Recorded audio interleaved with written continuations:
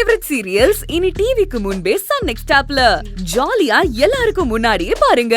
இப்பவே Sun next ஆப்பை download பண்ணி சப்ஸ்கிரைப் பண்ணுங்க.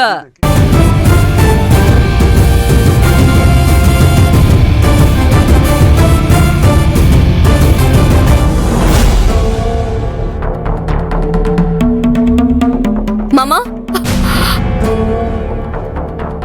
வாங்க, மாமா வாங்க. உங்களை பார்த்ததுக்கு அப்புறம் தான் எனக்கு உயிரே வந்த மாதிரி இருக்கு. என் அண்ணன் உங்க மேல போட்ட பொய் கேஸ உடைச்சு தூள் தூளா ஆக்கிட்டு நீங்க எப்படியும் வெளியே வந்துருவீங்கன்னு எனக்கு தெரியும்.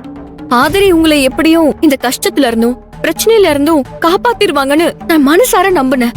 நான் நம்பின மாதிரியே ஆதிரி உங்களை காப்பாத்தி நல்லபடியா கூட்டிட்டு வந்துட்டாங்க. எனக்கு ரொம்ப சந்தோஷமா இருக்கு.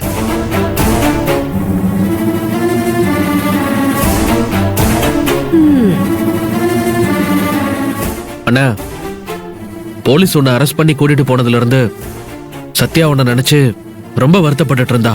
ஆமாமா, போலீஸ் ஸ்டேஷன்ல இருந்து ஸ்ட்ரைட்டா ஜெயிலுக்கு போகாம வீட்டுக்கு திரும்பி வந்துடக்கூடாதுன்னு நினைச்சு வருத்தப்பட்டு இருந்திருப்பா.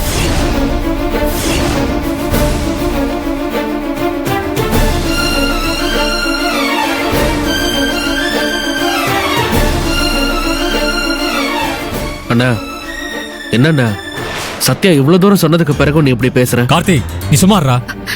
ஏங்க, நீங்க அமைதியா இருங்க. மாமா என்ன வேணாலும் சொல்லிட்டு போகட்டும்.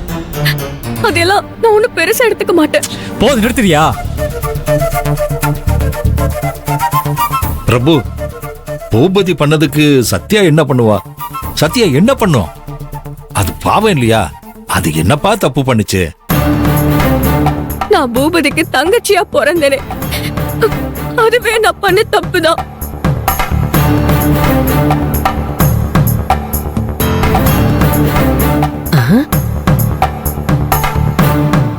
நான் அவர்கிட்ட எத்தனையோ தடவை சொல்லிட்டேன், இதுதான் என் வீடு, என் வீட்ல குடும்பத்தோட நான் ரொம்ப சந்தோஷமா இருக்க போறேன்னு எத்தனையோ தடவை எடுத்து சொல்லி புரிய வைக்க பார்த்தேன். ஆனா அவரு நான் ஏதோ பொய் சொல்றதா நினைச்சு எனக்கு நல்லது பண்றதா நினைச்சு இப்படி கெடுதல் பண்ணிக்கிட்டு இருக்காரு.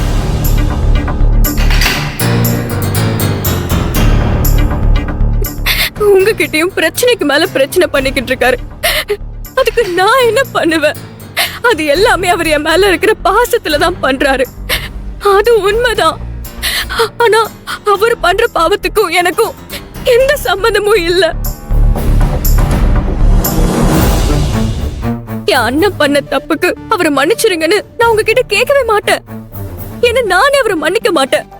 அவர் செஞ்ச தப்புக்கு அவர் தண்டனை அனுபவிச்சு ஆகணும். லைஃப் லாங் அவர் ஜெயிலே கிடக்கட்டும். அதுதான் நியாயம்.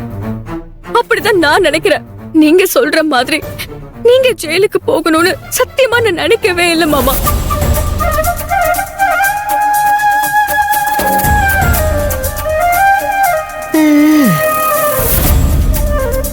நான் உங்ககிட்ட கெஞ்சி கேட்டுக்கிறதுலாம் ஒன்னே ஒண்ணுதான். என் அண்ணன் மேல இருக்கிற கோவத்துல என்ன வெறுக்காதீங்க. நான் ஏதாவது தப்பு பண்ணா எனக்கு நீங்க என்ன தண்டனை வேணாலும் கொடுங்க, நான் அதை மனசார ஏத்துக்கிறேன். ஆனா என் அண்ணன் முட்டாள்தனமா பண்ற தப்புக்காக என்ன வெறுத்து ஒதுக்கிறாதீங்க. அது என்னால தாங்கிக்கவே முடியாது. உங்க காலை பிடிச்சு நான் கெஞ்சி கேக்குறேன். உங்க காலை கூட நான் விழுகிறேன்.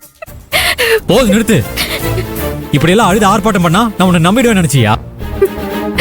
ஆதிரி, நீங்களாவது மாமா கிட்ட எனக்கு பதில எடுத்து சொல்லக்கூடாதா? நானும் உன்னை பத்தி ஒண்ணு விடாம சொல்லிட்டே தான் இருக்கேன். ஆனா அவர் தான் புரிஞ்சுக்கவே மாட்டேங்கிறாரு. ஏங்க, சத்யா வாழ்ந்துட்டு இருக்கிறதே நமக்காக தாங்க, நம்ம குடும்பத்துக்காகங்க. தயவு செஞ்சு நம்புங்க. வேணாம் ஆதிரே, நீ இவங்கள மாதிரி இந்த சத்யாக்கு சப்போர்ட் பண்ணி என்ன டென்ஷன் ஆகாத, விட்டுரு. சரிங்க.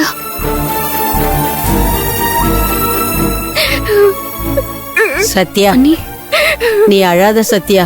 அவன் எப்பவுமே இப்படித்தான், சரியான வெங்கெடுப்ப. இப்படி பேசதான் அவனுக்கு தெரியும். ஆமா சத்யா, பிரபு பேசுறதெல்லாம் நீ மனசுல வச்சுக்காத. கூடிய சீக்கிரத்துல அவன் உன்னை நல்லா புரிஞ்சுக்குவான். அண்ணி, அழாதீங்க அண்ணி. நீங்க அழறத பாக்குறதுக்கு மனசுக்கு கஷ்டமா இருக்கு அண்ணி. ஆமா அண்ணி, அழாதீங்க அண்ணி. சத்யா இப்படி ஸ்கோர் பண்றா, அது ஆதிர வர வேடிக்கை பார்த்துக்கிட்டு இருக்காளே. இவ இப்படி இருக்கிற ஆளே கிடையாதே. ஏய், அழாத சத்யா, அழாத. நாங்க எல்லாரும் இவ்ளோ தூரம் சொல்றோம்ல, அழாத. வா. ஏய், ரொம்ப நல்லாவே நடிக்கிறடி. ஆனா உன் நடிப்பெல்லாம் என்கிட்ட வேலைக்காவாது. உன்னால என்னையும் என் குடும்பத்தையும் ஒண்ணும் பண்ண முடியாது. ஏன்னா அவங்களுக்கு நான் இருக்கேன், எனக்கு அந்த தெய்வம் இருக்கு. அதனால இனிமே ஒழுங்கு மரியாதையா இருந்துக்கோ.